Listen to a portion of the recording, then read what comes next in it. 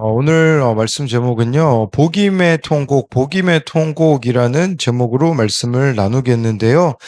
이렇게 제목을 잡은 것은요, 이제 4절, 5절에 보면, 여호와의 사자가 이스라엘 자손에게 이제 돌이키라는 메시지를 전합니다. 그때 백성이 소리 높여 울었는데 이제 그 울은 곳을 이제 복임이라고 하였기 때문입니다. 이 복임이라는 뜻은요, 통곡하는 사람들이라는 뜻이 있거든요.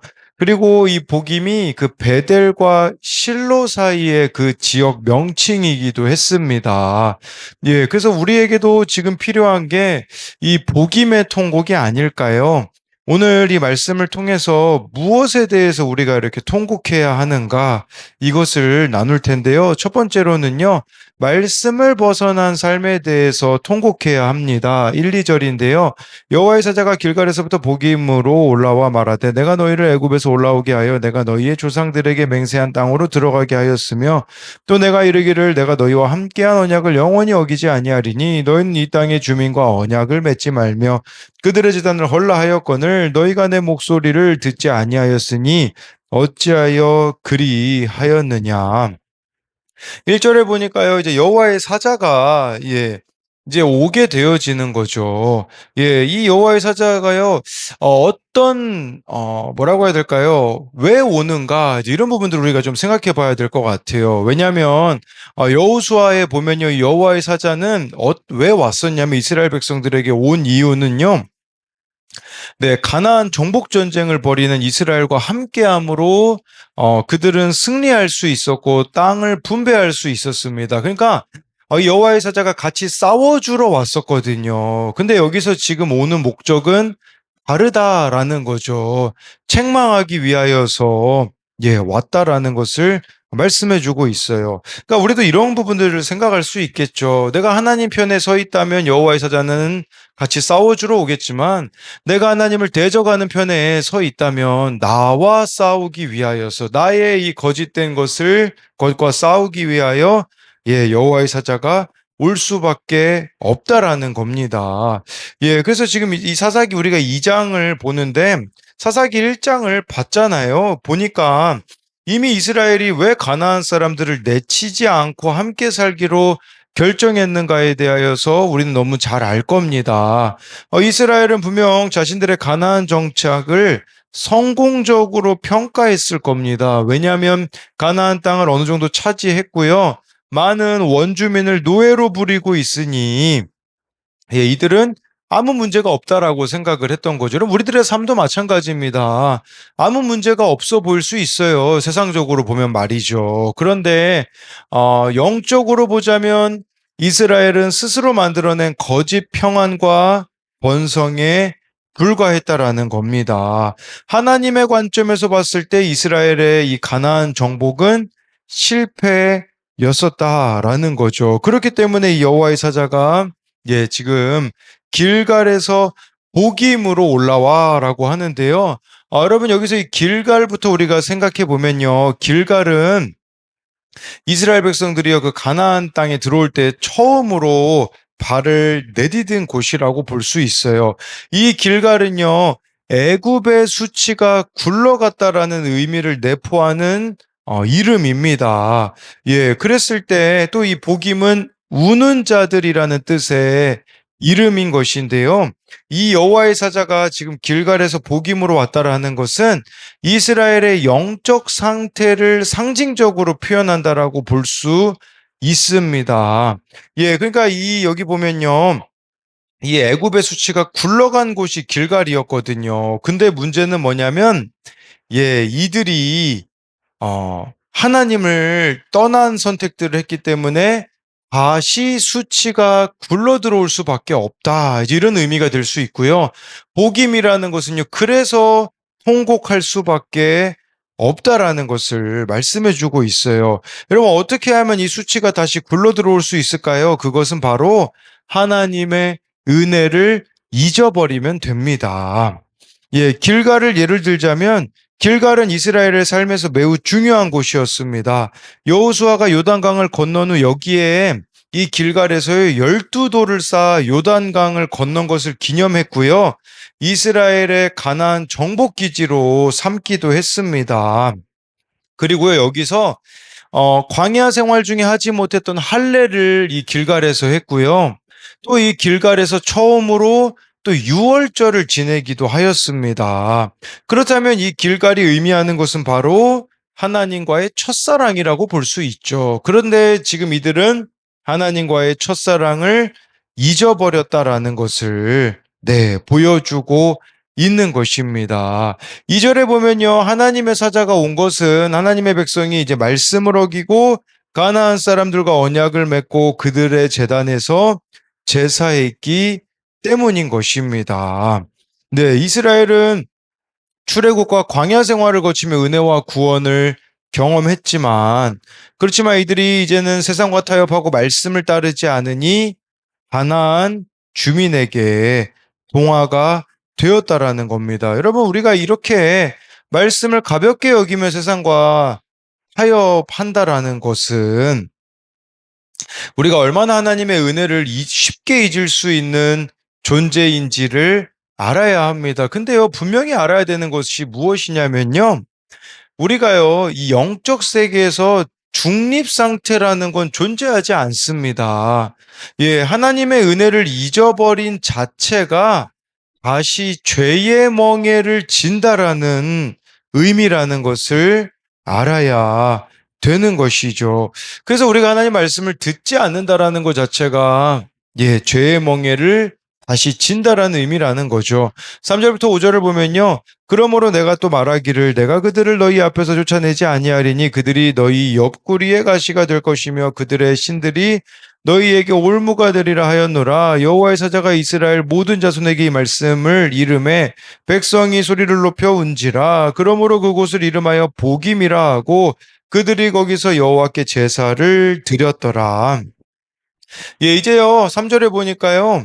내가 그들을 너희 앞에 쫓아내지 아니하겠다고 합니다. 가나안을 하나님이 쫓아내지 않겠다고 해요. 왜 그렇습니까?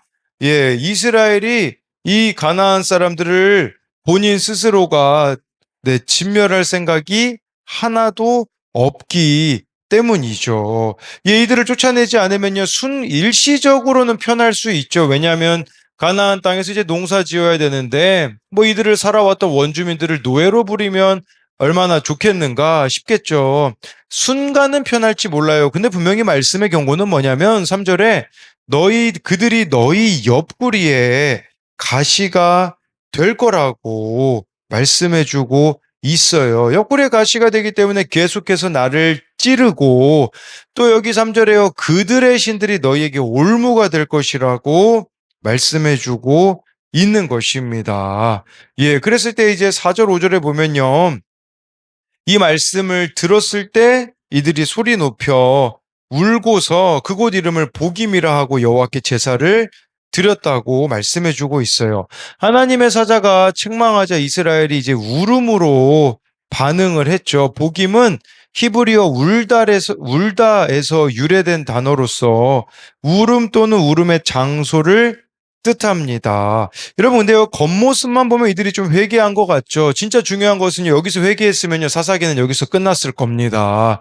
더 이상 방황이 없었을 것이에요. 근데 여러분, 사사기가 얼마나 많이 지금 남아있습니까? 뭘 이야기하는 거겠습니까?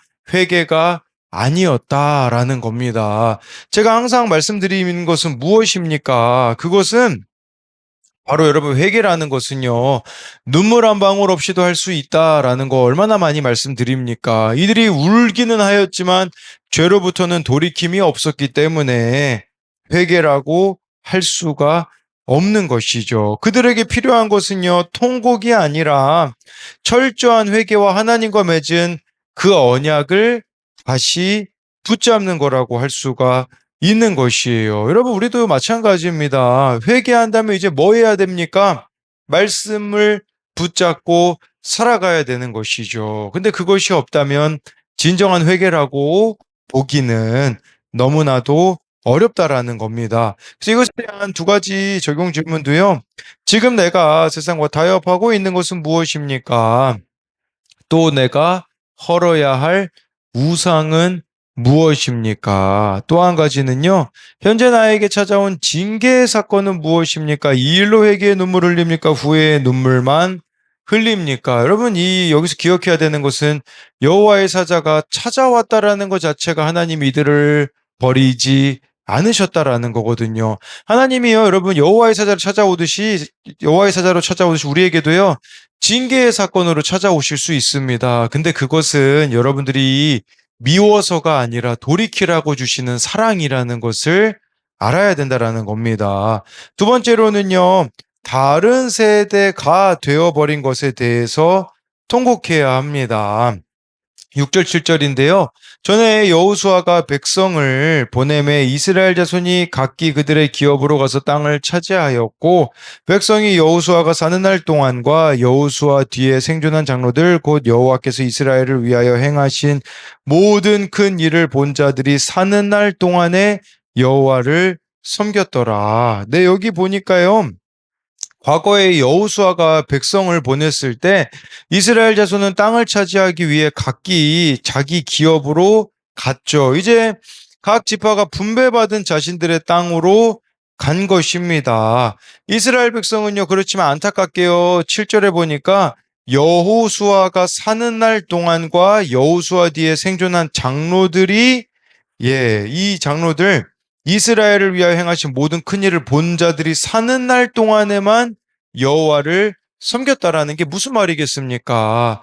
그 뒤의 세대들은요, 인격적으로 하나님을 만나지 못했다라는 겁니다. 그러니까 어른 세대까지만 신앙생활을 했다. 다음 세대들은 신앙생활을 하지 않았다라는 거죠. 이렇게 하나님을 떠난 세대를 뭐라고 말합니까? 이게 8절, 9절에 보면 나와 있는데요. 여호와의 종 눈의 아들 여호수아가 110세에 죽음에 무리가 그의 기업의 경내 에브라임 산지 가하스산 북쪽 딥낫 헤레스에 장사하였고 그 세대의 사람도 다 그 조상들에게 돌아갔고 그 후에 일어난 세대는 여호와를 알지 못하며 여호와께서 이스라엘을 위하여 행하신 일도 알지 못하였더라. 이 여호수아가 110세에 죽었다라고 나와 있고요. 그리고 10절에요. 여호수아와 함께했던 세대 사람들도 다 죽었다라는 거예요. 근데 문제는 뭡니까? 그 후에 일어난 다른 세대라고 말하고 있는 거죠. 여러분, 두 가지 세대밖에 없습니다. 다음 세대가 될 것인가, 다른 세대가 되어질 것인가. 다음 세대라는 건 무슨 말이겠습니까? 신앙이 이어지는 거죠. 부모의 신앙이 자녀에게로 이어지는 거예요. 다른 세대는 뭡니까? 신앙은 이어지지 않고요. 땅만 상속해 주는 겁니다. 여러분, 이게 다른 세대예요. 세상 것들만 물려주는 거죠. 그런데 여러분, 이것이 지금 이때만 일어난 일입니까? 아니죠. 지금도 일어나고 있는 것이라는 겁니다. 10절에 여호와를 알지 못하며 이 알다라는 말은요. 히브리어로 야다라고 하는데요. 지식적으로 아는 게 아니라 인격적인 관계를 통해 체험적으로 깊이 아는 것을 말하는 겁니다. 근데 그게 이루어지고 있지 않다라는 거죠. 그러니까 지금 인격적으로 하나님을 모르는 세대들, 그러니까 머리로만 하나님을 아는 세대가 다른 세대라고 할 수가 있는 것이에요. 정말 이 다른 세대, 이들은 가나안 문화에 익숙했고 하나님을 경험하기보다는 가나안의 우상을 받아들였던 거예요. 왜 이런 일이 발생했을까요? 부모 세대들의 문제가 있는 거죠.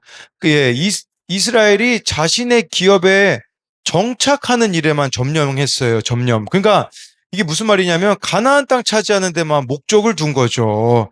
정작 자녀들에게 신앙을 제대로 전수하지 않았죠. 그러니까 가나안 땅은 차지했죠. 근데 문제는 뭡니까?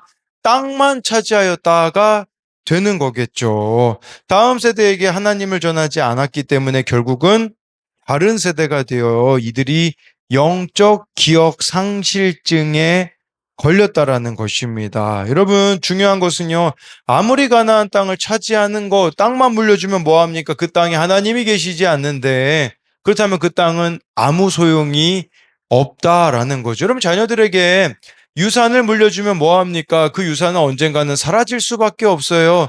영원한 하나님을 전수하지 않는다면, 아무것도 되어지지 않는다라는 거죠. 여러분 지금 대한민국의 상황이 딱 이 상황 아닙니까? 어제 제가 어느 선교사님하고 통화를 했는데요. 그런 이야기를 하더라고요.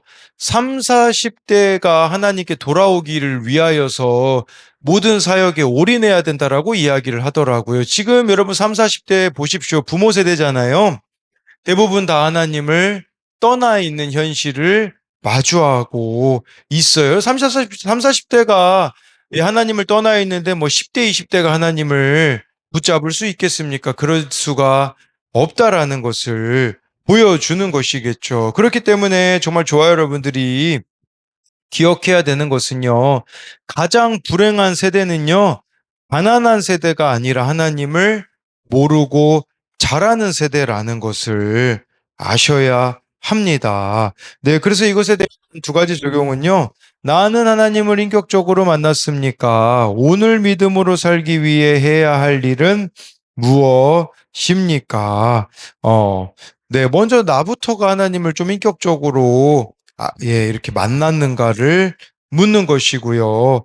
또 한 가지는요, 내가 자녀와 다음 세대에게 신앙을 물려주고자 해야 할 일은 무엇입니까? 네, 기도하겠습니다. 살아계신 하나님, 오늘 말씀을 기억하기 원합니다. 길갈에서부터 복임으로 여호와의 사자가 올라왔다라는 것은 길갈은 하나님과 첫사랑의 장소입니다. 정말 첫사랑을 잃어버린 이들을 여호와의 사자가 찾아온 것처럼 하나님, 정말 우리 각자에게도 하나님과의 이 신앙, 인격적인 이 관계에 있어서 잃어버린 첫사랑의 모습이 있다면 돌이키게 하여 주시고, 뿐만 아니라 하나님, 우리 한국교회가 이 길갈에서의 첫사랑을 잃어버렸습니다. 하나님을 사랑했던 그것들을 잃어버렸기 때문에 참 지금 이 대한민국 전체가 힘든 시간을 보내고 있음을 봅니다. 이것이 회복되기 위하여서 무엇이 필요하겠습니까? 좀 하나님 앞에 우리가 회개하며 돌이키며 이 복임의 통곡이 후회의 눈물로 그치는 게 아니라 그냥 현실이 힘들기 때문에 우는 게 아니라 정말 하나님 말씀대로 내가 살지 못했구나 하며 돌이키는 회개의 그 유턴이 되어질 수 있도록 하나님 은혜를 베풀어 주옵소서. 하나님뿐만 아니라 지금 이 대한민국이 오늘 말씀처럼 다른 세대가 되어져 가고 있습니다. 하나님을 알지 못하는 정말 세대들이 일어나고 있는데, 하나님 이것에 대하여서 우리가 통곡하며 지금 아직 우리에게 기회가 남아있기에 하나님을 모르는 이 세대가 하나님을 아는 세대가 될 수 있도록 우리의 삶을 정말 주님 앞에 드림으로써 다음 세대가 이어질 수 있도록 우리 주님께서 우리 가운데 함께하여 주실 것을 믿으며 살아계신 예수님 이름으로 기도드립니다. 아멘.